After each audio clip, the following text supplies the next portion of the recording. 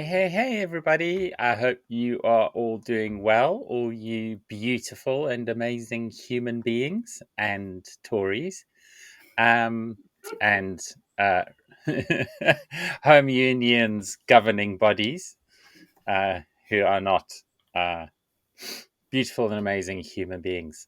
And yeah, so uh, just Rachel and I, Lee, I can't remember if I told you this or not, but Lee's taking a bit of a sabbatical Mhm. to focus on herself, which I think is a good thing. And we've obviously taken a bit of a break as well. And I'm going to tell you all about what I've been up to. But Rachel, how you doing? Yeah, I'm good. I've had quite a bold haircut. That's probably the biggest bit of news. But yeah, that felt like a very gender affirming process. I've just moved, so that's quite exciting. But yeah, I want to hear what you've been up to because you've been up to some exciting stuff, Julie. More exciting than my move. So Well, I mean, the haircut is interesting because you definitely it means so much, doesn't it? That visual appearance of yourself and that congruency between your inside and your outside. Um, and yeah, I mean, my hair is. I haven't cut it now. I mean, I've trimmed it whenever I get my color done. Um, but yeah, that's a very bold step of yours. So Mhm. congratulations on that. Yeah, thank you. It Um, just feels more me, like exactly as you said. So yeah. Oh, that's awesome. That's really awesome. And yeah, what let I think a good place to start is yeah, where I've been recently. So um last month I went to the IGR, and this is available on the shop, by the way. And yeah, I'll tell you all about that particular thing as well. But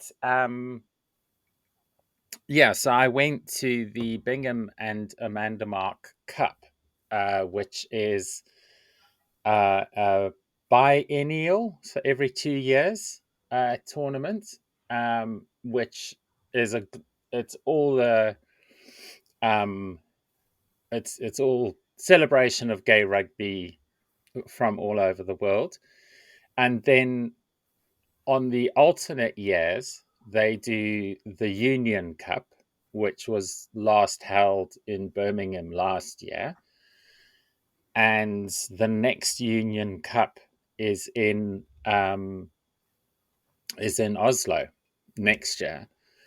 So so they have the Bingham and Amanda Cup one year, and then the Union Cup over on the alternate years, and yeah, it was quite sad last year because I did go to the Union Cup, Mhm. um, but it was effectively boycotted by the all the European.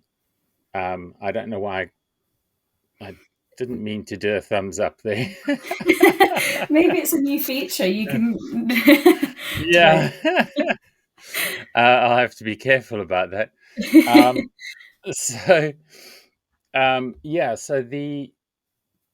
so all of the European countries refused to send their what they call Flinta, which is FLINTA plus, and what it stands for is female, lesbian, intersex, non-binary, transgender, and asexual. So it's the LGBTQI plus bracket, if you like, but it's the I guess the best way you could put it, but it's still a little bit tricky. Is it's predominantly feminine as opposed to masculine, if that kind of makes sense. So it's generally played. Those teams are generally come out of the women's side of rugby, and So none of them were prepared to send a team to the Union Cup because they couldn't bring their whole team. Mhm.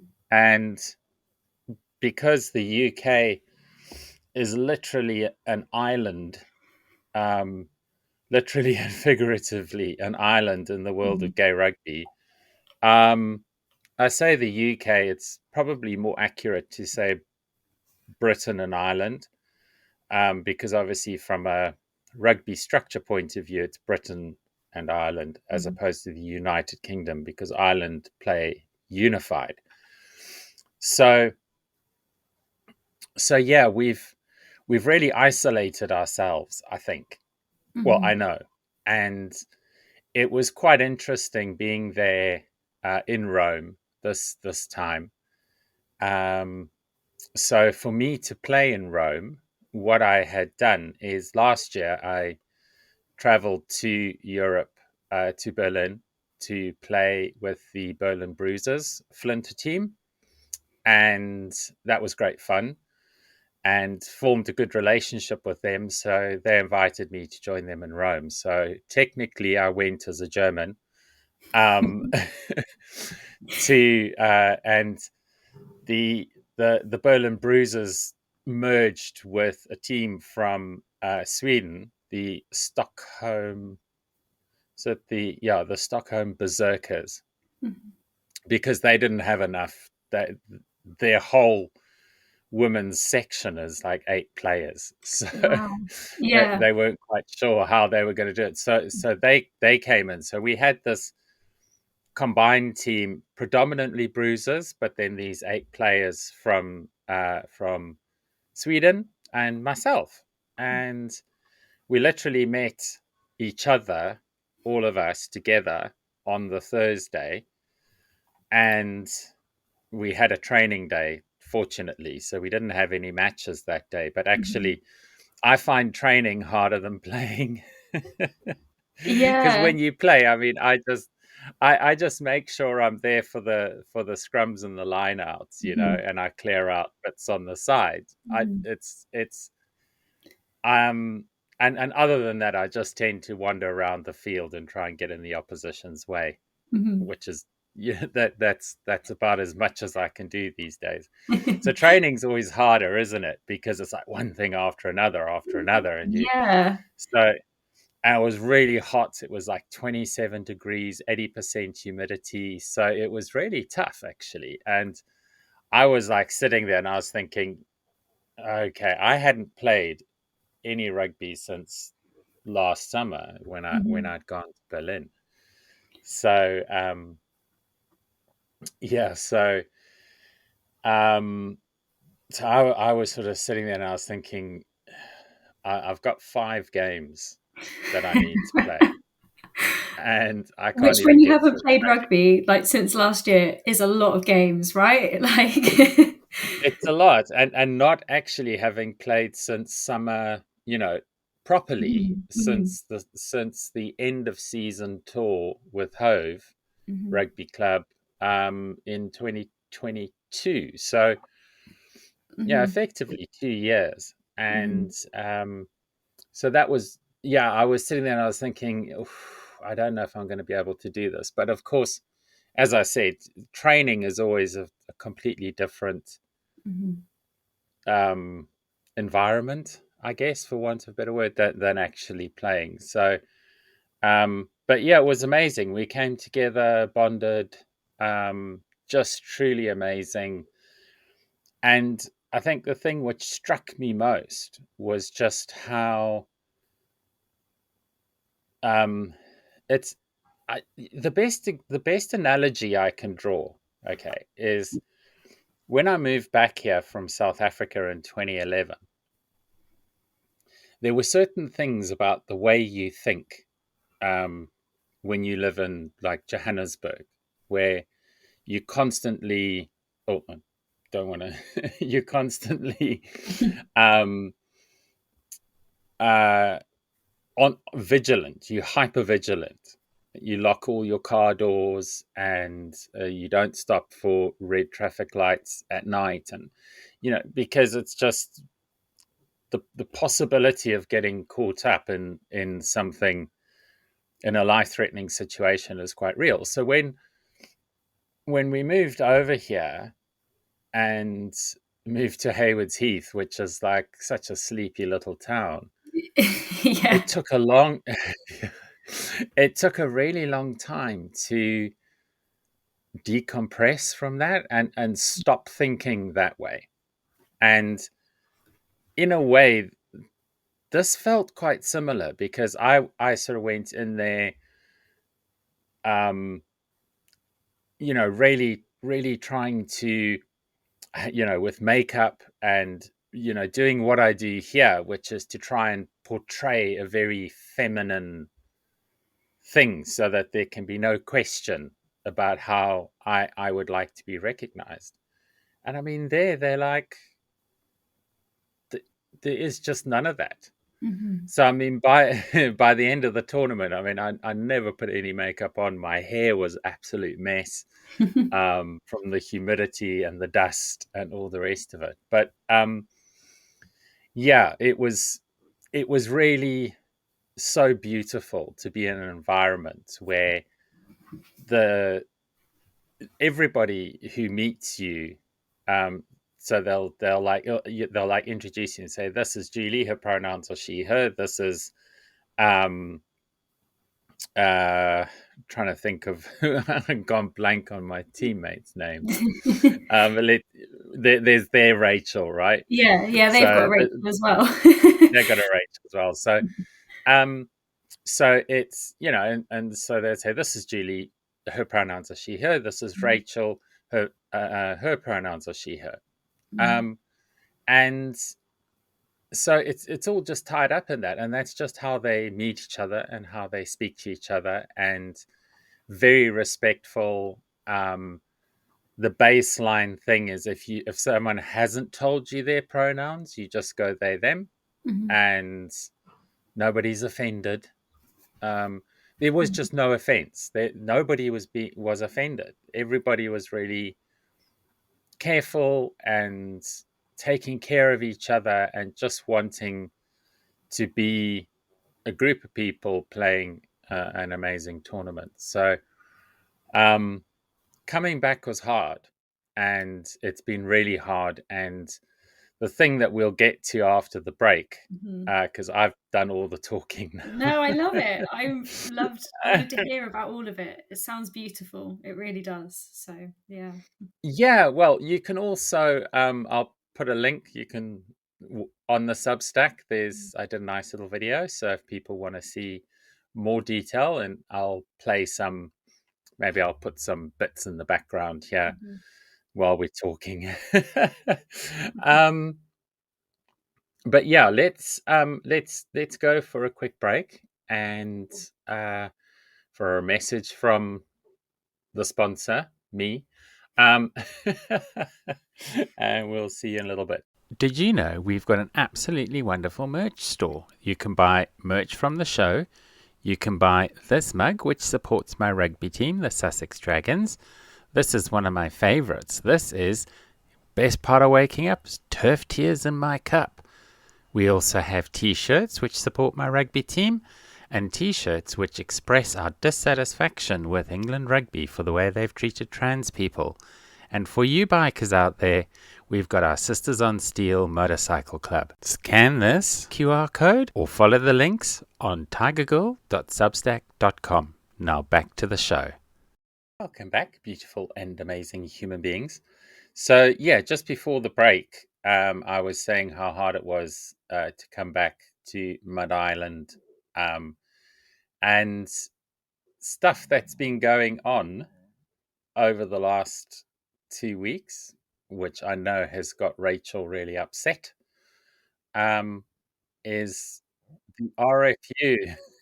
Go for it. Tell us what's been frustrating you there. So obviously the RFU changed their logo at the start of just the Pride absolute thing to engage with and protect the trans community within the game. And I think that's really kind of relevant in your experience, kind of Julie, with going away to a place that is really inclusive and is full of, countries where their regulatory bodies are doing the work to include the trans community within the sport, and think about these things.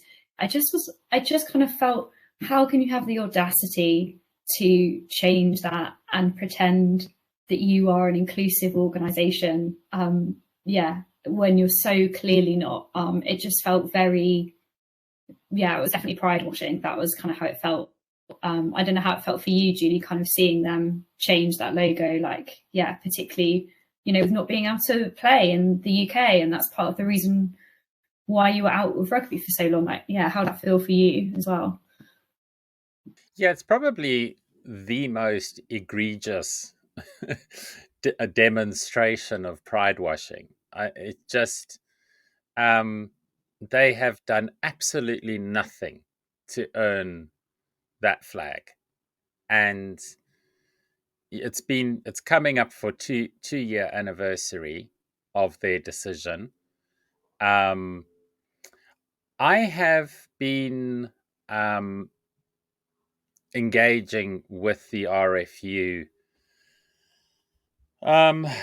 against the wishes, to a certain extent, of the allies that I have in the fight. Some of them have taken a more absolutist approach to the RFU, and so I refuse to talk to you until you fix it. And I'm sort of saying, well, again, from my South African experience, it was only when the parties got around the table and started talking at the CODESA conference back in, it was about 92. And, then they were able to thrash out a solution. So I feel it's important to engage. Doesn't change the fact that I've got the legal option in the background should it not work. But I just thought they reached out to us as a community. One of our indictments on them was that they hadn't consulted with us, and so I just felt we would lose a certain amount of the moral high ground if, when they then stuck their hand out in friendship and said, "Okay, let's talk, let us listen," I then said, "No, I refuse." So I think that was really important, but they're not there yet, and they've had a solution, which you can also see on the Substack. There has been a solution to this that's been on the table with them for at least 2 months. And, I know things move slowly, but, for heaven's sake, this is urgent. This is clear and present. And yeah, just really disappointing that they feel they can use not only the pride flag, but the progress flag. The progress flag includes, it's one of the main differences is it's got the circle for non-binary, and they they just completely haven't earned it. It's not earned, and you can't have an organization that is actively discriminating against a section of the LGBT community flying the flag. It just really, really angry about that.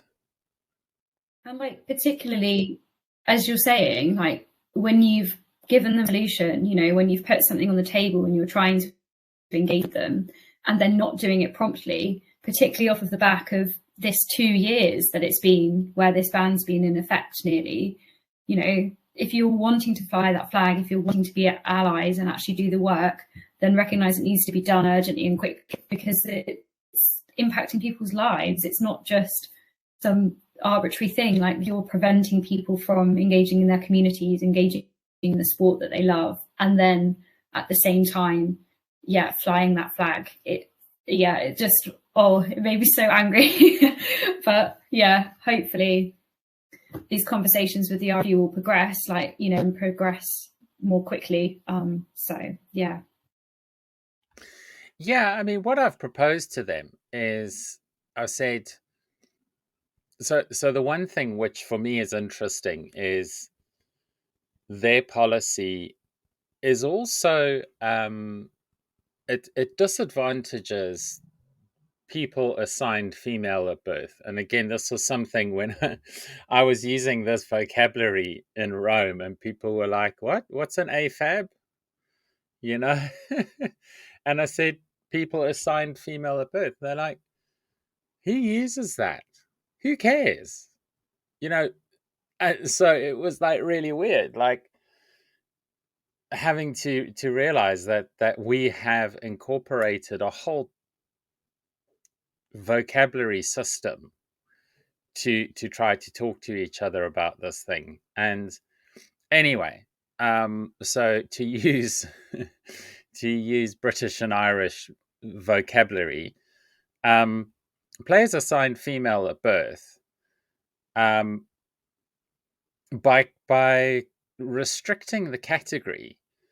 It meant that, so whereas last year European teams didn't send their flinter teams to the UK, the UK to England, um, the RFU, the English RFU, prevented women's teams, wouldn't sanction. It's called a player passport, and if you want to carry your insurance with you, your home union needs to sign off that you can go and play in another country. And the RFU refused. So a very big IGR women's club, the London Vixens, were prevented from going and playing because there would be trans people on the field. You know, it's just too dangerous. But interestingly, there was a team from Ireland.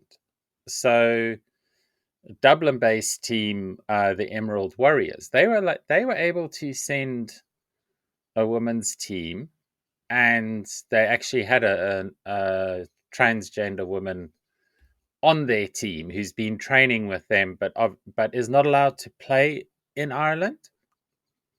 But so the Irish Football Union signed off on this team to go, but the English RFU didn't sign off on a women's team traveling. So, you know, even there, it's inconsistent, and it denies players assigned female at birth this opportunity to play in these global competitions. So I think what I've said to them is you need a flinter category. You need a category in the middle. I've called it an open category, but it's not open in the same way that most people are thinking about it. So all the other sports are saying, well, we can create an open category where trans women can compete with men. And you're like, that's not the point, mate. You again, like, take the flag down because you've completely misunderstood what it's about. Stop using the flag. You don't know what you're talking about. So, yeah, basically, so that's my proposal to them, is to say, okay, create this category, this open category on the women's side of the game, where players assigned female at birth can play in either that category or the women's only category. And I think where that's respectful is it respects the fact that, yes, there are some players assigned female at birth and people assigned female at birth who don't want to play sport with trans women. They want all women's categories. And I'm saying, well, fine. You're missing out, but fine. But You're missing out on the fun, but yeah. And but don't prevent women from playing with trans women. I think that's the distinction here, is saying don't take away that choice. And that's effectively what they've done, because they've said players assigned female at birth can play men's rugby, which is bizarre. Um, but only they can play in their category. And that's where, when I originally was thinking about this team, my original thought was, fine, I'll just register it as a men's team. I'll register it in the men's category. But then, people saying to me, yeah, but it's not a men's team, is it? So it was kind of fudging the truth. So I thought, yes. And this is actually part of what I said to the RFUs. I said, look, in theory, I could do this now under your own regulations. There's nothing preventing me from registering a rugby team under this particular section of the gender participation policy and inviting women to play, because you already allow that. All I'm saying is, give us the respect to recognize that we're not men.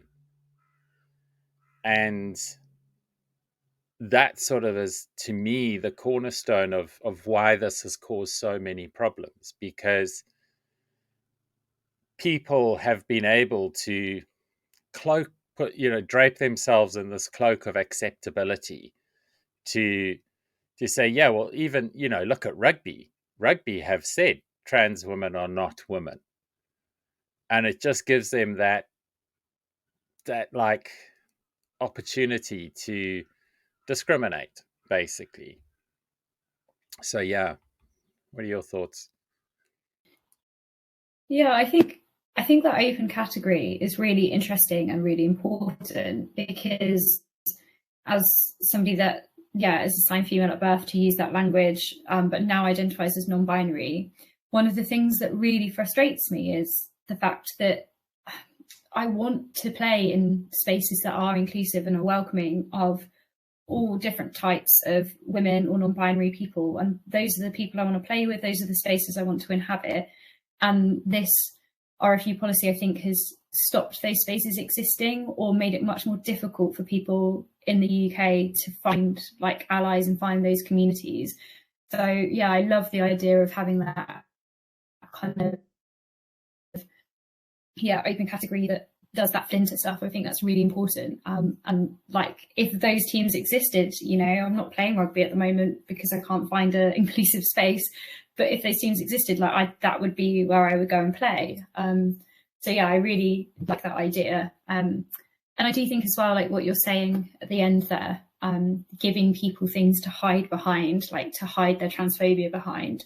I think that's a lot of what we're doing in the UK is, coming up with these absolutely nonsense policies like the ones implemented by the RFU. Having these policies gives people something to hide behind. It gives them a validity almost to their transphobia, which is just not acceptable. And obviously what should be happening is that people should be reflecting on what's going on internally for them, processing, their gender identity, thinking about what that might mean for them if we're more expansive about gender. But instead, with these policies and with the media in the UK, we're providing all of these spaces for people to hide behind and like justify themselves, basically. So yeah, it's a weird island. I feel like somebody needs to get me out of the UK immediately, off the island immediately. So yeah, that's definitely something we should talk about after the next break. So we're going to just break there, and when we come back, we're going to pick away at that one a little bit. See you in a bit. Did you know we've got an absolutely wonderful merch store? You can buy merch from the show. You can buy this mug, which supports my rugby team, the Sussex Dragons. This is one of my favourites. This is best part of waking up, turf tears in my cup. We also have t-shirts which support my rugby team, and t-shirts which express our dissatisfaction with England rugby for the way they've treated trans people. And for you bikers out there, we've got our Sisters on Steel Motorcycle Club. Scan this QR code or follow the links on tigergirl.substack.com. Now back to the show. Welcome back, beautiful and amazing human beings. So just before the break, we were ranting, for want of a better word, about unearned epithets and people using the pride flag when they have absolutely no idea what it actually means. So, and you said something interesting about, just as we went into the break, about, um, get me out of here. We should have like a TV show that's like, I'm a trans or I'm non binary, get me out of here, instead of I'm a celebrity. um, Honestly, that's how I feel. Like that sounds like a great idea. I would watch that show. I would go on it. But yeah. yeah, because we know someone who did that. Who We have a mutual friend who went to Canada. Um, so and it was, so in a way it was again bittersweet, because I was able to help them out quite significantly, because I was able to put them in touch with the Canadian IGR network, and the current chairperson of the IGR is a trans woman, which is a huge step, I think, for us going forward. Give her a shout out, Madison. Absolutely incredible woman. I mean, I thought I was struggling. She must have played, I don't know, she played 8 or 9 games. I mean, she's just an absolute machine. Um, but yeah, but Wow. yeah, yeah, yeah, and we're kind of the same age. So, but then you see, she gets to play all the time, and if I could play all the time, I probably would also be capable of that. But there's such a difference between fit and match fit. It's a completely different thing, isn't it? So, yeah, so our mutual friend has gone off to Canada, um, because it would they just didn't want to be here anymore. And that's why people left South Africa. Discrimination is discrimination. And I've always kind of tiptoed around comparing what the trans femme community is suffering, or what I call the TWAGs, transgender women and girls. Um, it's, I don't want to come across as disingenuous by saying we're suffering like the black people suffered in South Africa. I mean, it's not at the same level. It's not far off, though. If there was a stat that I saw this morning where hate crime since 2012 against transgender women and girls has gone up 462%. So maybe it isn't disingenuous to compare the fact that our lives are in danger and we are at threat. And I just I'm just so hopeful that we can see the backside of these Tories, get them the hell out of the government. Angela Rayner is on record. They tried to trip her up with their trick question of, can you define what a woman is? And of course, Keir Starmer stumbled and mumbled his way around it. Um, he actually said, he said 99% of women don't have a penis, right? Which is about right. Because trans women are 1% of the population. So you could almost say, well, yeah, he didn't say none. He said 99% don't, and we are 1% of the population. So he wasn't exactly lying, but Angela Rayner put it so much better, because she specifically said, when asked that question, she said there are many different kinds of women, and some of them are trans. And I just thought, okay, I've got a bit more hope now. I mean, Brighton is probably going to stay green, but then the Greens seem to not quite know where they want to stand, I think, at the moment on the whole trans issue, because I know they've had a lot of problems, especially the Scottish Greens and stuff. But um, I think for the most part, they'll be on the right side of history. So Brighton will probably go green, which is fine. or Labour. It'll be one or the other. But I mean, the Tories are so are so far outnumbered down here. But it's just elsewhere. I just want to see the back of them. What do you think? Yeah, I mean, I think we will see the back of them. Like, I mean, I'm not going to say for definite because the last few elections have made me hugely disappointed. I think we will see the back of them, but I think I'm concerned that Labour are not going to do too much better on trans issues and trans rights, and that's my concern at the moment as a kind of non-binary person. Is just, yeah, what are they actually going to do for the trans and non-binary community? And, you know, we've just heard Keir Starmer, yeah, you said it, like fluffing his words. He just doesn't seem to be taking a really clear stance. So I'm kind of hoping that what's going to happen is that we'll vote Labour in, and then they'll, I don't know, just do a lot better than they've been doing on a lot of issues recently, and actually come up with some kind of good policies and change some things. But I'm a little bit concerned. I'm not feeling hopeful or optimistic that things are going to change as much as we would like with a Labour government. That's kind of where I'm sat at the moment, which is probably a little bit different to you by the sound. Yeah, I think in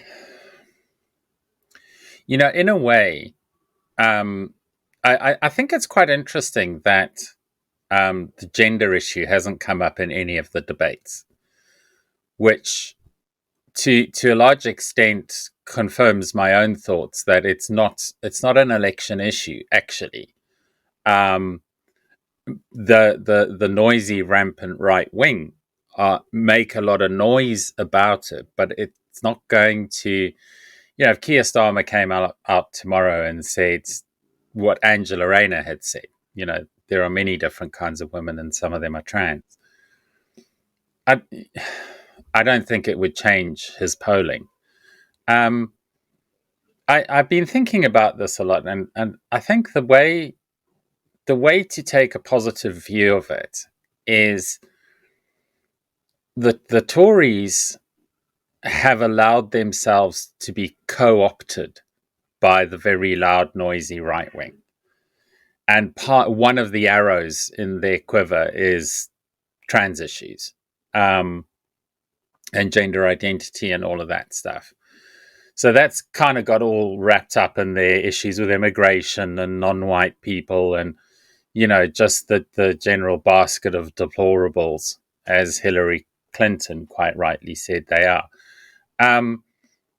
So because they gave those voices a place to sit, so people like Sharon Davies can ring up the BBC or the Sunday Times and say, I've got something to say. And they'll let her rail against trans people. And the same with J.K. Rowling. Whereas when I try to reach out to the media, they're not interested. So because these people have been elevated by the Tories, and it was Nadine Dorries who was significantly involved in the decision to ban trans women from rugby, they gave oxygen to it. So at a minimum, Labour just need to turn off the oxygen. They don't necessarily need to make actual policy. They just need to, just take the oxygen out the room and just say, well, we're not going there. We're not going to talk about that. No, you can't come into a special Commons committee on gender. No, your Equalities and Human Rights Council is shut up. I think that's going to be a big part of it, is just taking their oxygen away and then leave it to us. At least then maybe we've got a fair shot at fighting this fight for ourselves, because we are the minority. So I don't expect a government to be specifically, carrying the mantle. I think we as a community are quite capable of doing that ourselves. But give us access, give us oxygen so that we can get our message across. So I think the fact that you won't have this basket of deplorables, I think, will immediately make a difference. Um, so that's the one thing where I have hope. Um, the other one, That what you've made me feel a bit more hopeful now, actually, listening to that perspective. Yeah, I mean, I think I would still say I'd like to see more policies, but I do think you're right in saying that at least, yeah, taking the oxygen away from that far right, giving it to the community that needs it, I think that, yeah, could make a real difference for sure. So yeah, I like that perspective. Yeah, and just not getting in the way. Yeah, I think this is the problem. Is if you just, it's almost like um, if you hold something down, it can't rise. So they just need to stop holding it down, and that's what the Tories have done. Is they've pushed us down.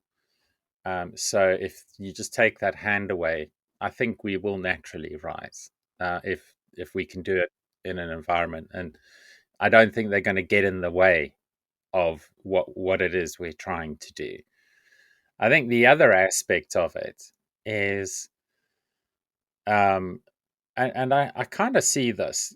Keir Starmer has talked about the Labour campaign being, they're carrying a Ming vase. I don't know if you've heard this analogy that they're using in the media, but yeah, they're saying, it's like the election is his to lose. So I think Labour have kind of taken the stance of just don't do anything stupid to rile anybody up. So don't say we're going to rejoin the EU or we're going to open borders or nothing radical. Let's just keep it simple. Just we will just be a safer pair of hands. The two very bold policies, which I think are fantastic, is nationalizing rail and energy. I think that's, oh yeah, Great British Energy and Great British Rail. When Keir Starmer, not Keir Starmer, when Rishi Sunak was on, in the debate and saying Labour's not proposing anything radical, I'm like, excuse me. I mean, that's a lot more radical than national service, for heaven's sake. That one, oh my gosh, when I read that policy from the Tories, wow. But yeah, I mean, I think there are some good policies in like Labour's manifesto. I've been quite interested actually by some of the other ones that have come through from like Greens and Lib Dems as well. In fact, I think the Lib Dems as well in theirs was kind of nationalising the rail and kind of like, yeah, energy services and things like that. So yeah, I do think that you're right though. It is theirs to lose. And yeah, perhaps they are just trying to play it safe, not saying anything too divisive because they know actually like the Tories are polling the worst that they've polled in how long is it? Like I can't remember the exact figure. They're polling awfully. Ever, I so think. it is really theirs. Yeah, ever. Yeah, probably is ever. But yeah, so it is theirs to lose. But yeah, I guess it'll be interesting to see what they do. If they win, probably when though, and if we actually see some more kind of interesting things coming through and more discussions about other things. So you're definitely going to have to start saving to come with me to Oslo for the Union Cup I next can't year. miss. I can't miss this one. Like I had a friend's wedding, my friend's wedding was amazing, but it was I tuned in to watch the all trans match at the Bingham Cup, and it was just really moving to see that community playing rugby together, like exactly how it should be. And everything that you've said since, it just sounds like it was amazing. So yeah, start saving now. I'll be there at the next one. Yeah, actually, the all trans match was an interesting one because it was. I was in two minds as to whether I should play it or not, because the optics of it are, oh, you see, why don't you just have a trans category then? And so I was a bit worried about that, but being there and being in that environment and realizing I was bringing my self-deprecating conservatism, if you like, to the thing, because nobody else there really gave a damn about that. They were just like, we're trans people, let's have a match together and have some fun. And I will tell you, I mean, testosterone does make a huge difference. I mean, yeah, those first few scrums, I was just, and the way they tackle and the aggression, it's just a completely, it was like playing men's rugby, which is good for the trans men. You know, I think for them, it's that they are always just the same way the RFU treats them. You know, they're infantilized and nobody wants to give them credit for their capability and their ability to play in the men's game. So, but it was very different to the 3 games I had played in the women's side of the tournament, the Amanda Cup, because you know, it's little things like when it's a penalty, we don't kick the ball away, or we'll go fetch the ball for the opposition and chuck it back to them. Yeah. You know, we'll hit someone hard, but then we'll help them back onto their feet. You know, so it's not like we don't play hard, and it's not like it's pom-poms and you know, pillow fights. It's hard, it's rough, it's tough. But there's just something culturally different in the women's game. And I know it. I mean, I always say that first time I ran onto a rugby field with 14 other women, was a moment in my life that I'll never forget, because it was an opportunity to play a sport that I was passionate about, but in an environment that I was congruent with. So yeah, so the all trans match, yeah, it was interesting. I mean, I don't think they were too strong for me. And I think for some of the other trans women, they're not taking anything away from them at all. And certainly they weren't stronger than Madison. But yeah, it was a really important thing to do, and I was fortunate enough to get to design the logo for the match. So all that merch is available in the merch store. plug. Message from my sponsor. Plug.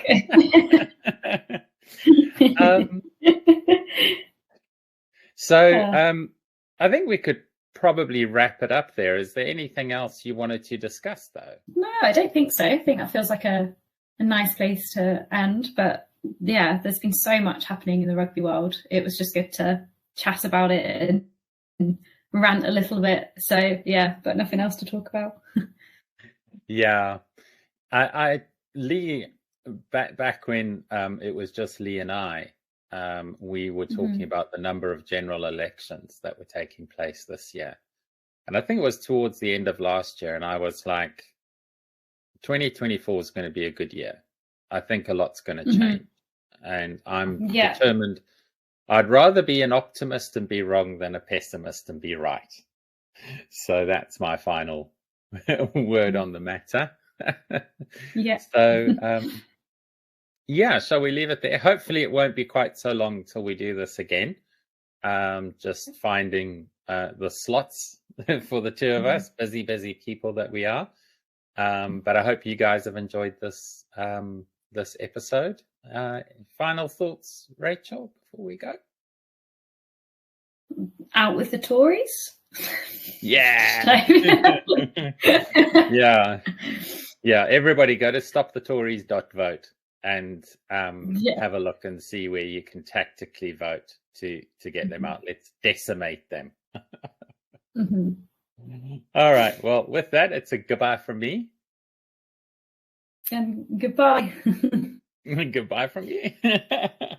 We used to do it's a goodbye from me, and she'd say it's a goodbye from Lee, but that doesn't work, does it? So we'll have to It just doesn't work. We need to come up with a new thing. We'll come up yeah, with a we'll new thing come up before with a next new time. thing. Okay. All right. Thanks, everybody. See you soon. Bye.